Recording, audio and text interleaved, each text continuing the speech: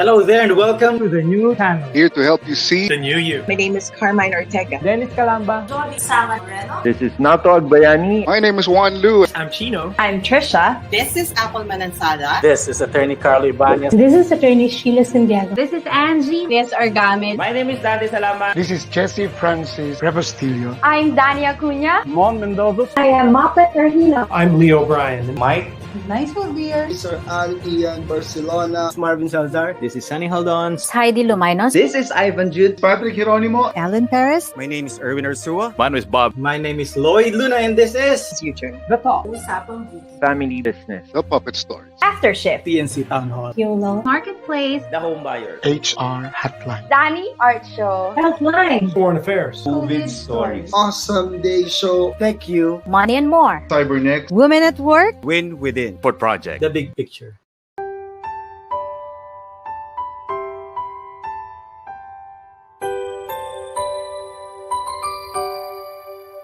Sometimes life lets you down and you feel that you are done. You just want a morning run because the fun is all gone. Sometimes life makes you proud when you look far and wide, when you leave the pain behind and see the brighter side. TNC gives you inspiration. TNC reignites your passion. TNC starts your transformation. TNC helps you see the new you. Sometimes life makes you blind and you choose something bad. You just wanna cry and hide and save your face from the crowd. But sometimes life makes you see the beauty in you and me. When you look up above, there is God and there is love. TNC gives you inspiration. TNC reignites your passion. TNC starts your transformation. TNC helps you see the new. We're here to help you see the newness of life. We're here to help you feel your hope is so real. You got the power to see. We'll help you see the new you. TNC gives you inspiration. TNC reignites your passion. TNC starts your transformation. TNC helps you see the new you.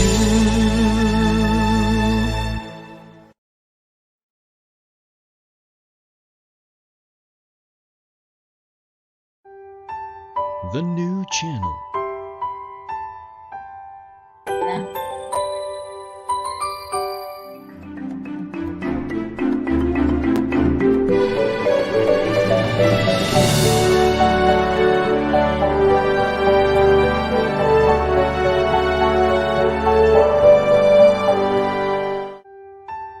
The new channel.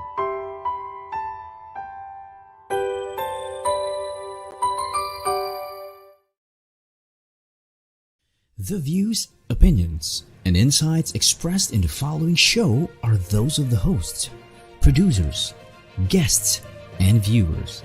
They do not necessarily reflect the position of the channel. Viewer discretion is advised. Hello and welcome to the new channel. We're here to help you see the new you. This is Nyce Alvir, COVID survivor, live streaming from Pasay City. You are watching CoViD Stories.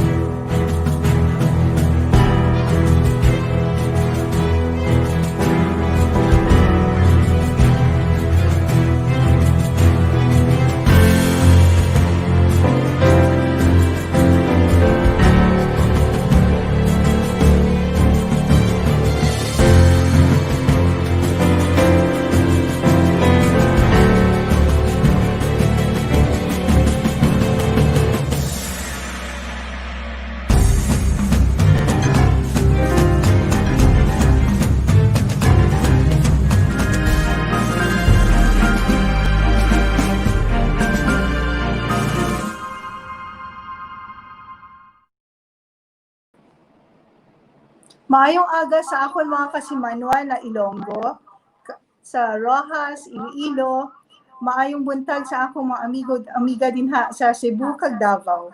You are watching COVID Stories, and as you have noticed, it's just me two for this morning because Mike is in Bicol to do his relief, to give out relief goods sa victims ng Typhoon Ulysses na nangyari last week.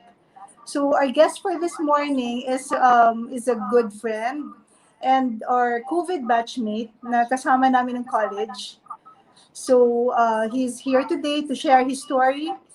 So let's welcome Engineer Warren Zingapan. Hi, good morning, everyone. I would like to greet the viewers of the new channel, and I was invited here by Mike and Nyce to share my COVID stories. I would also like to greet my kababayan in Tugigraw, in Cagayan. I hope you're all doing well. They are affected by the recent flooding brought about by Typhoon Ulysses, and I hope they can recover. Good morning to everyone. Good morning, Warren. So welcome to COVID Stories. Can you please tell our viewers this morning a little about yourself? Yes, I'm an engineer by profession. I graduated civil engineering in the University of the Philippines, and I am presently working as a consultant for railway projects under the Philippine National Railways. We are doing works for the Build program of the administration, and during the COVID times, just like mentioned by Nyce, we were batchmates, so I will tell about it more about later. So, ibig sabihin na COVID batchmates, magkasama kami ni Warren dati na nung nahawa kami, we were the first 100. We were the top 100 COVID survivors, I believe so. So, it was a simple get-together, supposedly a happy one, kasi we haven't seen each other for it's a yearly thing. So, it was supposed to be a happy, but we were happy then. We didn't know we were sick at the time. But then I will leave it up to you, Warren, to tell that story. Okay. Actually, about 12 of us who are friends way back in college gathered together for a dinner in a restaurant in Makati. And that was last March 6, 2020. It was a Friday evening.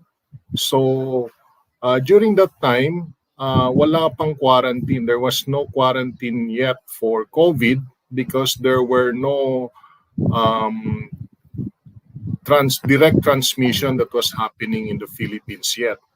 So we were not worried about COVID. So it was just a regular dinner get together for us among friends.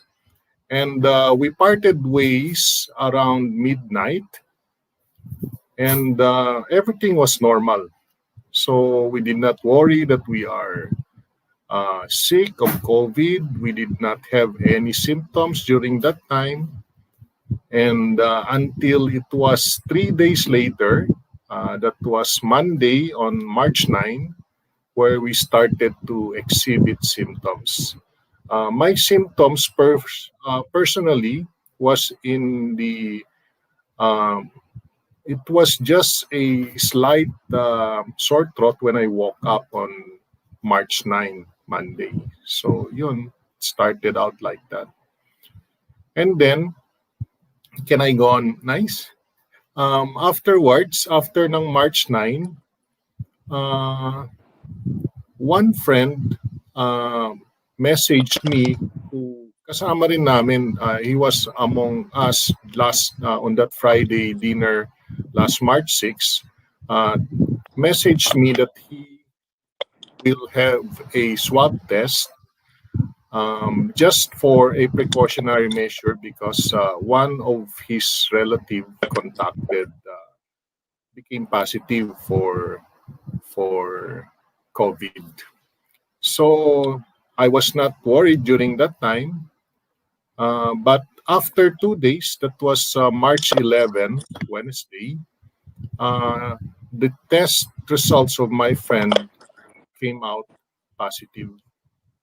So between March 9 to March 11, I started also to feel additional symptoms aside from my sore throat. I was having nasal congestions. Medyo so yun. Nung March 11, at after my friend informed me that his test came out positive at around 4 p.m., I decided to inform our other companions that I was going to RITM. If they want, they can go with me so that we can have the swab test just to confirm if we have COVID or not. So yun. So if you can Sabi nila, recall, Nyce, magkakasama tayo noon na pumunta sa RITM. Batchmates nga tayo eh. Para we contacted each other, tara, let's go. So alam ko we were together. Nauna ikaw, tapos sumunod kaming dalawa ni Mike. Tapos may isang friend tayo na dumating pa. So I remember there were 4 of us sabay at that night. yes. Around 8 o'clock, dumating ako sa RITM, and I think the 3 others, including Mike and Nyce, arrived about 1 hour later, or 9 o'clock. And then we waited for some time kasi yung swab nun was mabagal yung process. So from 8 o'clock up to I think about midnight, dun lang ako na swab. And then sila Nyce was around that time kasi there were people trickling in from all over Metro Manila also wanting to have their swab. You can imagine during this time, hindi pa talaga kalat yung COVID pero nagsisimula na yung outbreak nun eh. It was starting. Yes. So, among us 4 na pumunta sa RITM, the doctors advised me to be admitted. Ayaw na nila akong pauwiin nung time na yon. Samantalang sila Nyce, sila Mike ay pinauwi. I think reluctantly, di ba, Nyce? Kayo? Yes, we were reluctant at that time kasi pareho tayo, we didn't know the behavior of the virus. In fact, I was also scared to go home, but then again, we had to follow their advice. And then it was also sad for me kasi bakit ikaw iiwan? Ayoko na iiwan ikaw noon. So, I guess it was the protocol during that time because I was taking maintenance medication for hypertension and diabetes, and I was considered a high risk patient. Samantalang sila Nyce and Mike and yung ibang companion namin were considered low risk, so they were advised to undergo home quarantine as per the protocol during that time. So yun yung ano. So nung lumabas yung nung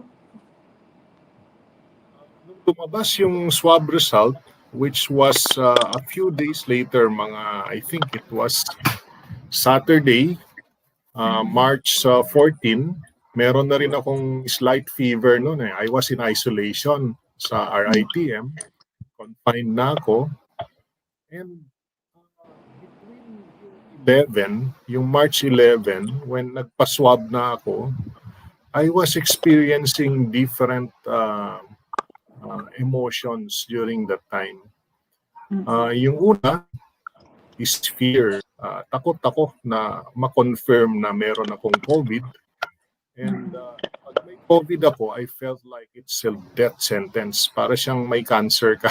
Similar to being diagnosed with the cancer and you have a few days to live. Parang ganun yung feeling ko noong time na yun. And because of that fear, I was overwhelmed initially. So I was experiencing anxiety, stress. I was observing my whole body, how it is behaving, whether yung breathing ko will become difficult, whether my symptoms will worsen. So overwhelmed ako nung una. And I was also worried for my loved ones, worried that I might have infected them with COVID. want them to get it. So I was worried for my friends, my loved ones whom I had contact. Yes. And I was in the dilemma also because during that time, I don't know if I have to tell, if I wanted to tell my loved ones if I have COVID or not, or spare them the agony of my ordeal. And so I was in a dilemma to inform the people whom I have contact with during the past days, because I was afraid of their reaction. I was also afraid that I might have transmitted to them the COVID, etc. So it was really difficult for me initially. And then later on, medyo nag-sink in na yung acceptance. And then I made the resolve to inform them, my friends and my loved ones whom I have contact with. But I decided to withhold the truth from my family, from my loved ones, to spare them the unnecessary agony of my ordeal. So, yung mga walang contact traces, like for example, yung parents ko sa province na hindi ko naman, we were not in contact for the past days or even months, I did not tell them that I had COVID during that time. Para hindi sila. So, kwentuhan natin ngayon yung mga viewers natin. Ano yung how your hospital experience was being one of the first 100 COVID patients at the time. What happened in the hospital? Ano yung protocol, medication? Nung nasa hospital ako, I was admitted at RITM, and I'm very glad I actually went to RITM kasi I know that they are one of the few hospitals who are prepared for this kind of ailments.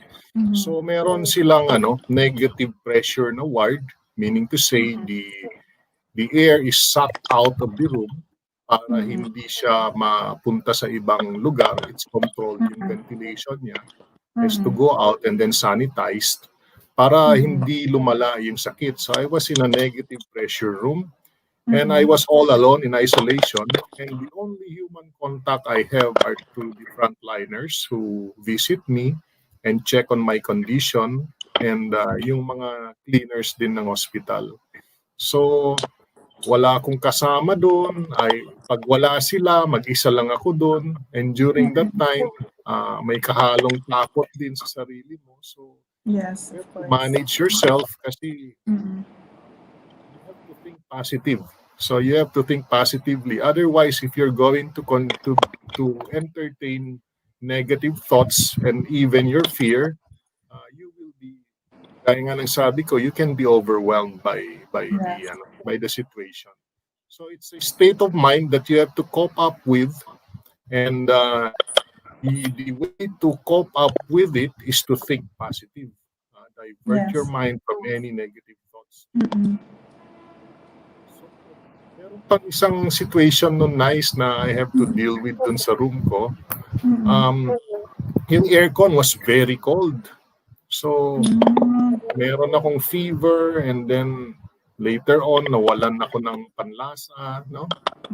Sense of smell and taste. And then, yung aircon was sira, broken yung control. So, I cannot sleep. Just imagine, yung anguish ko nun, yung worry ko makes me not able to sleep. Yung isolation ko, nag-iisip pa ako, pati multo Pati multo sa gabi, iniisip ko, little noises, etc. Kasi mag-isa ka. And then, ang lamig-lamig pa. So, ang ginawa ko, after 2 days sa room ko dun sa RITM, I asked them to put off the air condition, and para lang maging bearable yung ko dun, yung stay ko dun. So just imagine yourself isolated in a room, isolation ka na, and then ang lamig pa ng initial. Oo, hindi ka pa komportable. And then fearing for your mortality, actually. And then worrying about your loved ones as well. Kumusta na sila sa labas.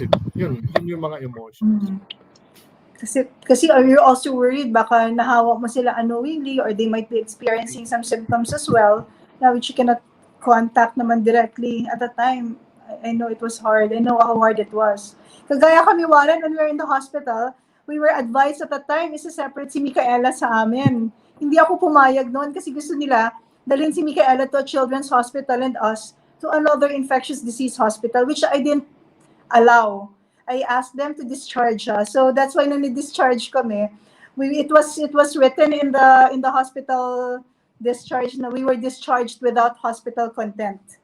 Parang ganun nangyari. Pero kasi ayoko talaga na i-separate si Michael. Can you imagine a 5-year-old separated from us, being alone in an isolation room in a hospital? I don't think kakayanin ng bata kahit okay pa siya. So I can just imagine how hard it was for you being alone there also, grown up. Kung ikaw nga nahirapan, how much more pag mga kids at the time. So I understand that. Tapos meron tayong support group, remember? So I hope that helps with always kumustahin natin yung isa't isa araw-araw kung ano na yung nangyayari. Actually, during that time, actually, hindi pa siya support group eh. It was just communicating between us kasi we are in the same predicament, practically. Yung 12 sa atin noon na-infect. Yeah. So we were just comparing notes and then some were outside. They were not admitted. I think about 5 of us were admitted in different hospitals, including dalawa kaming na-admit sa RITM eh. And the others in 3 different hospitals, while the rest were not, they decided to, or were not admitted in hospital, and some were in home quarantine. So we were just exchanging notes during that time, exchanging conditions, kasi tayo yung mga unang cases pa ng ng COVID, remember? During that time. That's right. So, anong gamot ang tinitik? We were just comparing notes eh. Kumusta ka na? Ano yung nararamdaman mo? And the usual complaint during that time was yung yung thrown off yung sense of smell natin and the taste. Pero hindi pa nun natin na-identify na that's a symptom of COVID. We just were very sensitive sa smell ng things and then yung taste ng food. Even when we nagtututbrush tayo, when nagtututbrush ako, parang nasusuka ako. Alam yun, very sensitive tayo sa taste and smell during that time. And later on, we just knew or learned that it's one of the symptoms of COVID. Ang initial kasing symptoms ng Nyce, they just told us was cough, pananakit ng katawan, and then fever. Tatlo lang. They did not include this loss of sense of smell during that time. We just experienced it as we went through the recovery phase of the COVID. At that time, hindi pa natin alam na it's part of the symptoms, yung loss of smell. Kasi parang at that time, ang sakit ng ulo ko. Sobrang masakit yung ulo ko. I had to put some Vicks. Akala ko siya expired na. Sabi ko, ano ba yan? Bakit tayo expired na yung mga gamit natin sa bahay? Kasi we cannot go out. Kasi syempre, hindi ka pwede lumabas ng bahay. Akala ko expired na talaga siya. Yun pala, it is loss of smell and taste is part of the symptoms of COVID, which was later determined na lang. Actually, it's not loss of smell or loss of taste. Eh. Parang thrown off lang siya eh. Parang iba yung panlasa at saka yung pang-amoy mo eh. Parang thrown off, parang weird lang lahat. Parang gano'n. Hindi siya yung supposedly appropriate na smell or lasa of a certain thing. Hindi siya yung kung what we expected. Nag-iiba siya. Parang it's hard to explain. Hindi siya yung dapat na smell na isang bagay, but that's what we are experiencing. You're very sensitive about it. So, pati amoy ng fish na pagkain mo, parang para siyang extra sensitive ka sa mga smell ng bagay. And your taste, hindi mo malasahan masyado yung pagkain. So, during that time, the doctors were also trying to cope up with the treatment. In fact, there was no treatment for COVID. Until now, there's no treatment for COVID. So we were also being used for experimental purposes during that time. Yung accredited ng DOH, which was allowed, so we were subject to hydrochloroquine, chloroquine, ganon. And because that's what they think has an effect on COVID. Pero eventually, nagbago yung mga protocol, including yung mga medications, and some were proven not.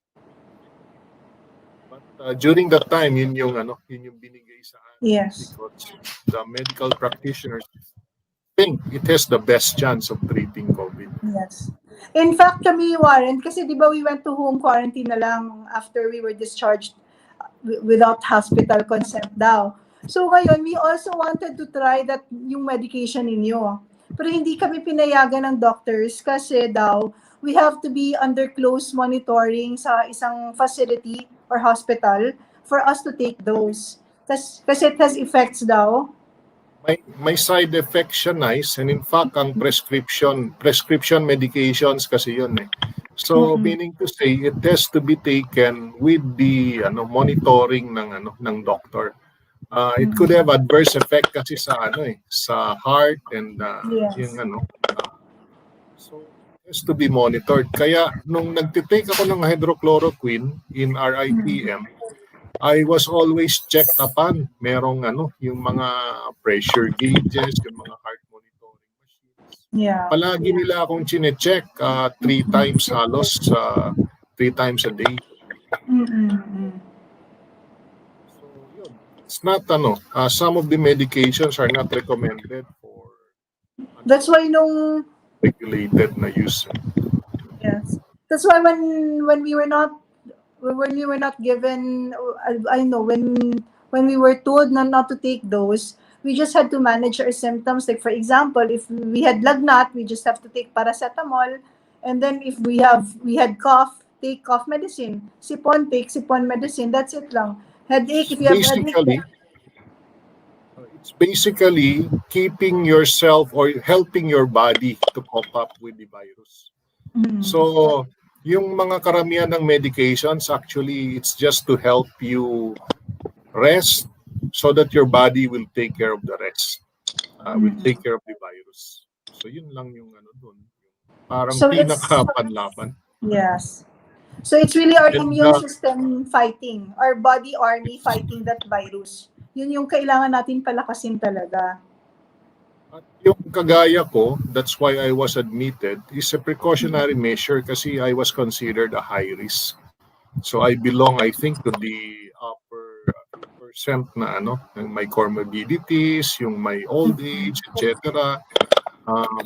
I was considered a high-risk patient. So I was admitted para ma-monitor nila ako, and if mag-deteriorate or mag-worsen yung symptoms ko, there's the hospital who can assist me right away. Yeah, that's right. So parang at that time, I don't know what's going on in your mind. I'm sure medyo at first kinakabahan ka, pero later on, you were able to somehow adapt and accept the situation. And maybe you were feeling better na rin because of all the medications that were given to you. What I mentioned a while ago, Nyce, it's a state of mind. So, after undergoing the initial phase ng syempre yung worry, yung fear, yung depression, anxiety, of having it, the way to pop up with it is to divert your energy. Think positive rather than negative, so that you can help your body not only physically but mentally combating the virus, because it's yourself, it's healing yourself. Yun lang talaga ang cure sa sa virus. It's your body overcoming the virus itself. So it's still being positive despite being positive. That's right. So that meantime, you can become negative. So that you can become negative. So yun yung formula. So in the meantime, we're pausing for a short break. More stories when we return. Please stay on our stream.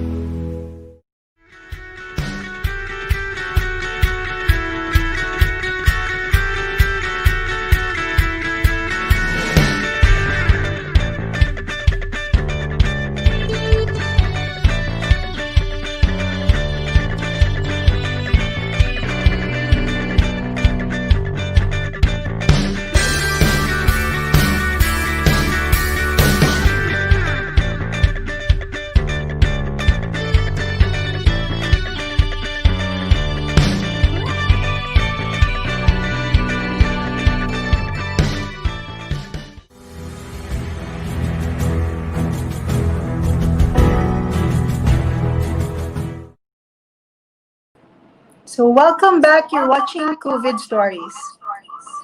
Before we bring back our guest, Engineer Warren Zingapan, please allow me to make some announcements about other TNC shows.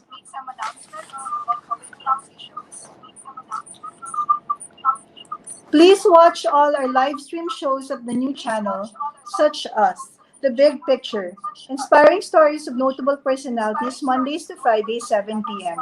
Human Resources Management and HR Hotline, Tuesdays, Thursdays, and Saturdays, 12 noon. Human Resources Management and HR Hotline, Tuesdays. The Family Business is Everyone's Business, Saturdays, 4 p.m. Life Business and Success Stories on the Fourth Project, Saturdays, 10 p.m. Dubai, 6 p.m. Philippines. Beauty Beyond What Your Eyes Can See, Usapang Beauty, Saturdays, 5:30 p.m.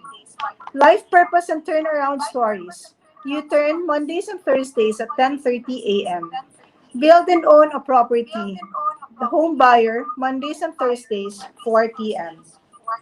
Laugh and Learn from Puppetry Arts Around the World, The Puppet Stories, Mondays, 5:30 p.m. Magbenta, Bumili at Tumulong dahil bukas ng the TNC Marketplace, an online night bazaar, Thursdays and Fridays at 10 p.m. Know Your Rights and the Basic Law, YOLO, Thursdays at 8:30 p.m. Learn About Money and More, Tuesdays, 8:30 p.m. Philippines and 5:30 a.m. USA. 2 Leaders in One Platform, TNC The Talk, Mondays at 12 noon. Chill and Booze After Shift, Wednesdays and Fridays at 8:30 p.m. Strategize and Win in Life Through Win Within, Saturdays at 8:30 p.m. Kids, Dream, Achieve, Nurture, and Inspire. Watch Danny Art Show, Fridays, 5:30 p.m. Learn Together Across Borders, Foreign Affairs, Tuesdays, 10:30 a.m. Because Health is Wealth, Healthline, Wednesdays and Fridays, 4 p.m. Celebrate Women at Work, 9 a.m. Saturdays. Always Have an Awesome Day, Mondays, 2:30 p.m. CyberNext empowers people and companies to be secured in a digital world, Wednesdays, 12 noon. Know the emerging technologies shaping our future, TechU, Fridays, 2:30 p.m. Learn and know more about market leaders on Tuesdays and Saturdays, 5:30 p.m. Having a well home brings you a well life, Tuesdays and Saturdays at 2:30 p.m. Catch also original TNC shows, One Day a Live Storytelling, alternates with TNC Town Hall, co-hosted by TNC founders Lloyd and Apple, a show where we talk to you, our valued audience. More upcoming TNC shows that will truly inspire you. And last but not least, time to hear positive stories from those who recovered. COVID Stories, Saturdays at 10:30 a.m. Please follow our channel on Facebook and YouTube and let us help you see the new you. So welcome back to You're Watching COVID Stories. I'd like to welcome back again our guest for this morning, Engineer Warren Zingapan. Hi. Hi, Warren. Hi, Nyce. So where were we? So welcome back to COVID Stories. You might want to say hi. Hello again to the viewers of COVID Stories, and I'm here to share my COVID story to you. Okay, this morning I would like to say hello to Carl Slackson, who's watching from the US, and also our sis, Dr. Christina Pasqua. Hi, Sis Tina, how are you? And then I'd like to say hi to Chris Topersky. Si Chris is watching, Warren. Hi, Chris. Kumusta? He's one of our companions during the dinner last March 6th. The infamous dinner. No, it was fun. It was fun. So I'd like to say that somehow it brought us closer also. I'd like to say hello also to your sister. Hi, Christian. Watching from Tuguegarao. Hi, Jen. Kumusta kayo dyan? I hope you're okay. Pai, kumusta kila Papa and Mama? And all the relatives sa Cagayan. I hope you're okay sa flooding. I hope you're spared from the flooding. For those who were affected, sana makarecover ka agad. And thank you also for those who donated for the flood victims sa Cagayan, and may you continue to support them. Yeah, nakita ko nga Warren, yung mga kaibigan natin sa Cagayan. It's really sad kung anong nangyayari doon, but I would like to believe, I really admire yung resilience nila. Ang bilis nila maka-bounce back despite the typhoon na nangyari. Mabilis sila naka-bounce back talaga. I think that's how we have to look at life, Nyce. We have to be resilient, and we have to bounce back from all challenges that life is throwing at us, including our COVID experience. So, gusto ko lang continuing on that, no? Yung biggest realization ko sa COVID when I had it is that life is fleeting.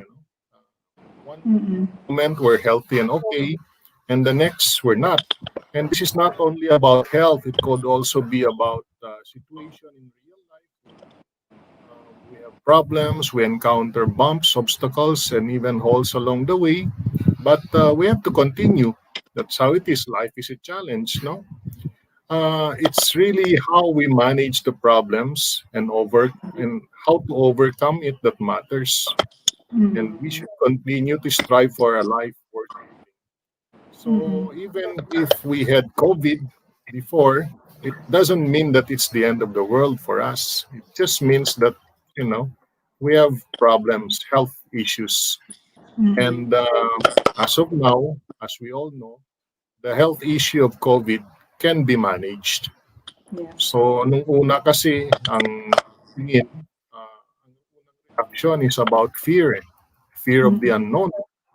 So nagkakaroon ng negativity from that fear by discrimination because they cannot understand the extent and what is this COVID. It's just parang a wave na na iniisip nga natin is airborne, so we keep away, ganyan, etc. It's one actually of the misconceptions of COVID. Later on, we realize from studies that it can be you can incur COVID by droplets and not by airborne means. So kaya yung mga ini-impose na protocols ngayon is very effective because we learned more about the virus and how it's transmitted. That's why from that experience, we can now manage it. So the way to manage it is yung sinasabi nilang social distancing. We should wear masks and face shields. So it's a very, very important deterrent against the transmission of COVID. And also yung preventive measures, like for example, don't go out if not necessary to avoid contact with other people. And of course, the information dissemination that was done through the months when this COVID overwhelmed us is very important because it informed people of how to manage this COVID. So the initial fear na tayo din, especially us, nung na-contract natin ito, with proper education, the fear should not be lost because we should still fear the pandemic. But as we know it, we can manage it and we can turn that fear positively by helping the campaign against COVID, doing our part, and supporting those who are sick. They may be our friends, they may be our loved ones who, like me, when I was sick, did not like to bother or let the people I love carry the burden of no. So, sick or who were sick before, hindi natin alam na malapit pala sa atin or ano. Just have to manage it positively siguro, including Yes.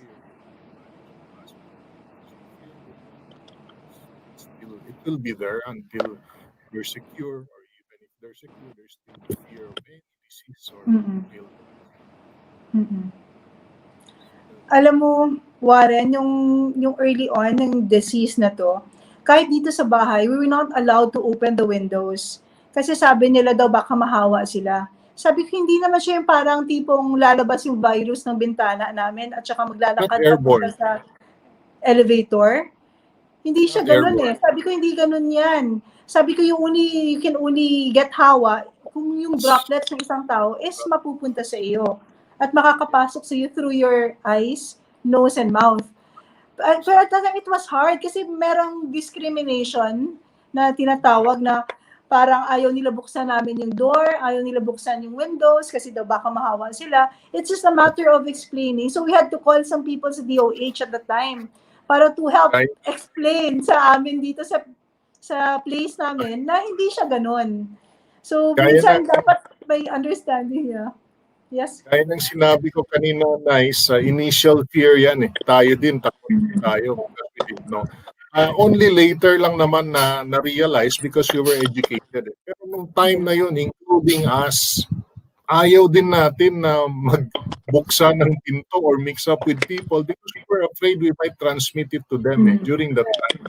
Later na lang, nung nagkaroon ng more data, ng more studies, doon natin nalaman how to manage this COVID disease. So, later na lang natin nalaman na pwede pala yung ganun. Pero nung una, hindi rin natin alam yan eh. Remember? Yes. Yung una pang pumasok sa mind ko nung nalaman ko na positive si Mike, oh no, ayoko maging balo. Hindi. And then after 2 hours, positive din pala ako. Parang ang death sentence eh, nung una eh. Parang ano eh. So, tapos tayong lahat nagtawagan nun eh. Nagtawagan tayo, kumusta, and then let's meet up. Let's meet in our ATM to have our swab tests. Nice. I would like to share some advice dun sa mga people, not only those who are healthy, but also those who contracted COVID-19. Okay.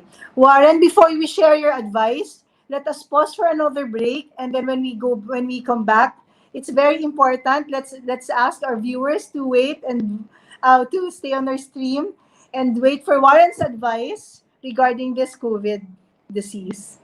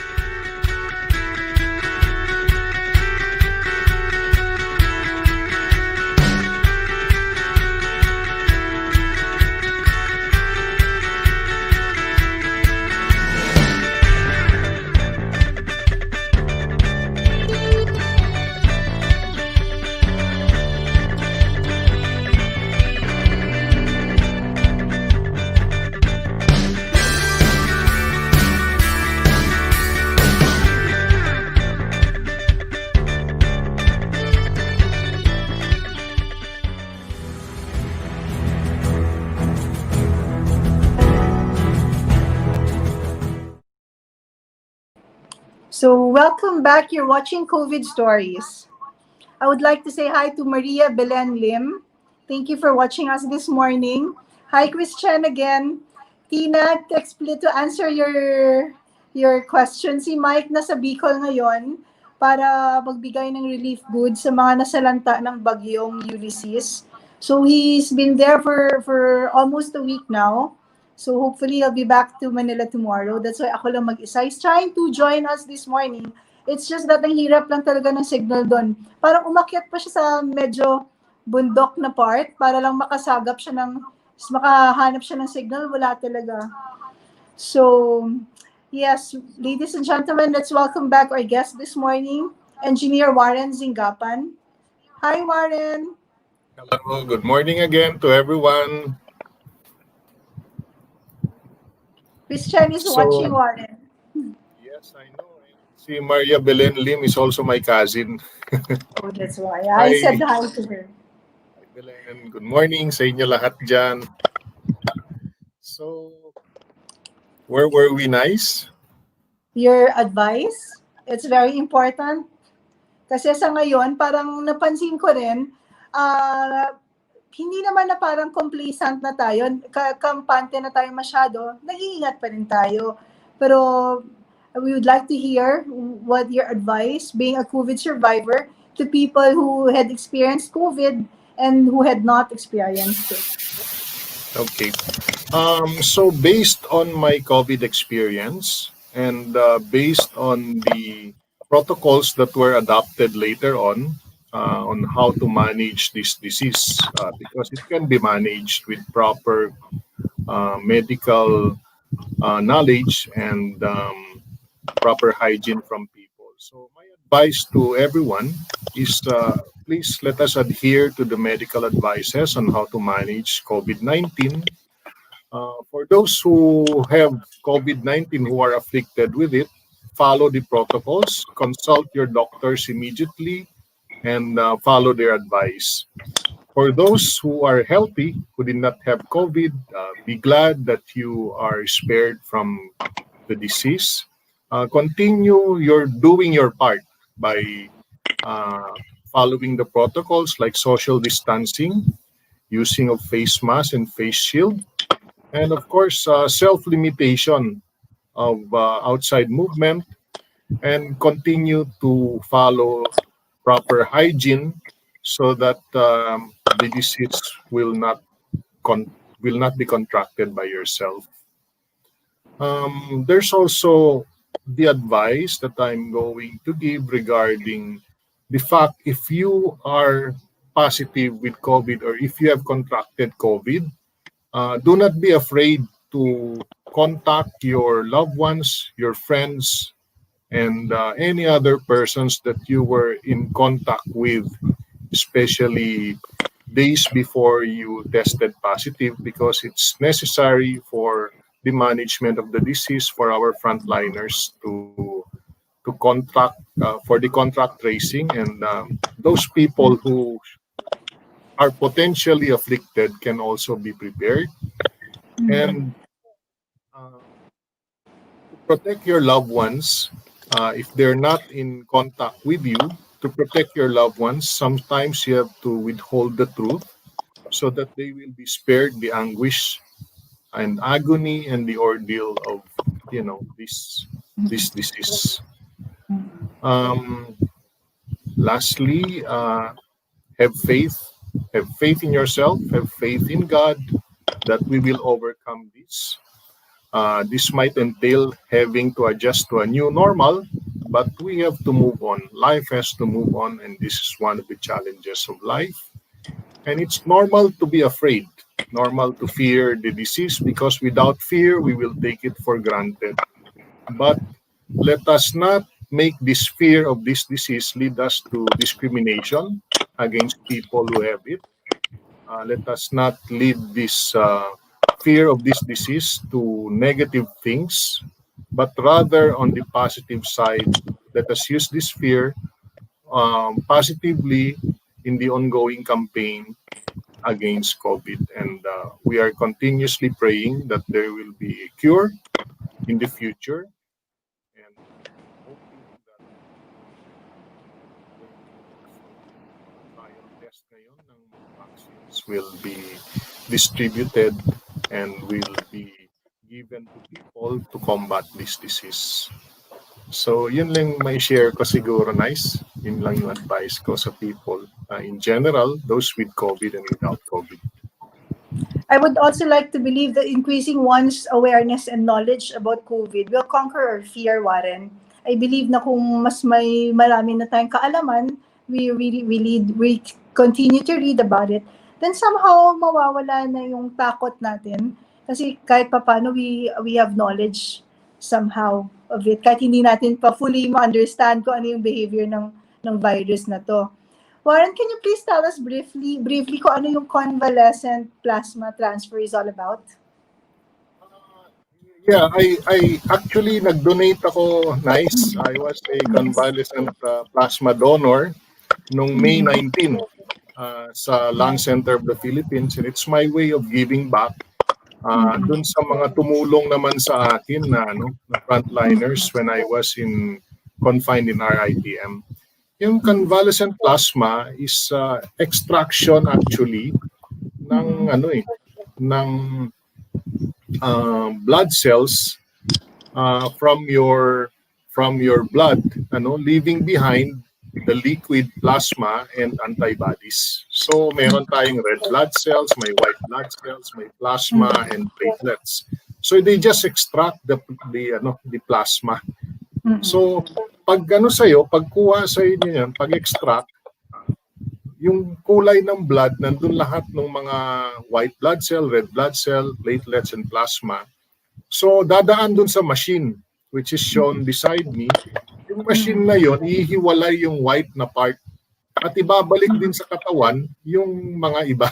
Yung platelet, yung white blood cells, and red blood cells. Kukunin lang yung white, which is the plasma. So, yung plasma na ito, actually is an old na remedy going way back pa to help people who contract an illness to recover by using the antibodies produced by people who have already who are already cured of this illness. So in this case, since I'm a COVID survivor, ginagamit nila yung antibodies ko na produced by my body to combat against this, to help other people by injecting naman yung plasma for other people who contracted the disease to help them recover faster. So yun po yung essentially yun yung effect ng convalescent plasma transfer. So yung pagkakaintindi ko nga, yung isang tao na may COVID, bibigyan mo siya ng army mo. Yun yung plasma mo. Yung army mo para kaya labanan ng body niya yung virus. Yung blood natin ay merong siyang antibodies. At itong antibodies na to is contained in our plasma, the blood plasma. So, since na-heal na tayo, nag-develop na yun sa body natin, yun naman yung ibibigay natin sa ibang tao to help them recover faster. Kasi wala pa silang ganun antibodies eh. So, since wala pang actual na cure or treatment sa COVID-19, ito parang 1:1 ito. So kailangan muna ng isang donor para maibigay doon sa patient at kailangan i-match yung blood type. It's actually hindi siya pang general na tao kundi for specific na tao. Kaya binibigay lang ito doon sa mga admitted sa hospital who have deteriorated, yung case nila deteriorated, to help them recover. And overcome the plasma. So it's like making your body stronger to fight also against the disease. But this time, nag-i-import ka ng tulong mula sa blood ng ibang tao to help your body. So manghiram ka nga ng army mo sa ibang COVID survivors kung may COVID ka para makaya mo labanan yung disease. Parang ganun siya yung simple na explanation about it. So Warren, for example, if you would give your COVID story a title, what would it be kaya?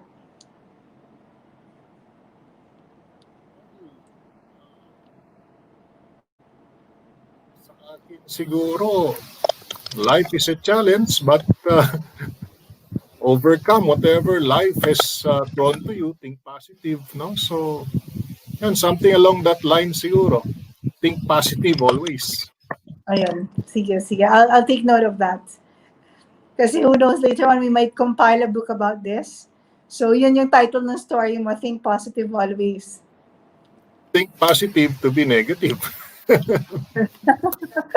So, is it a formula? Ganun ba sa engineering? May ganung formula ba yun na hindi ko lang naintindihan? Buti nga sa engineering kasi exact eh. Ito, hindi to engineering challenge eh. This is a very fluid situation eh, as we go along eh. And gaya nga ng sabi ko kanina, Nyce, we just have to adjust to it. And I think yung final solution dito is not yung dating solution eh. Kaya we have to adjust to a new normal. Nag-i-evolve yung mundo and people are mas dumadami yung mga tao, may mga bagong mga sakit na wala naman dati. So this is nature's reaction to the evolution din ng human race. Eh. So kailangan natin talaga mag-adapt and gaya nga ng sabi ko, there might probably be no going back to the old normal, but we have to accept the fact that we have to live under. Oo. Wala, hindi pwede na labanan mo siya. We just have to learn how to go with the flow.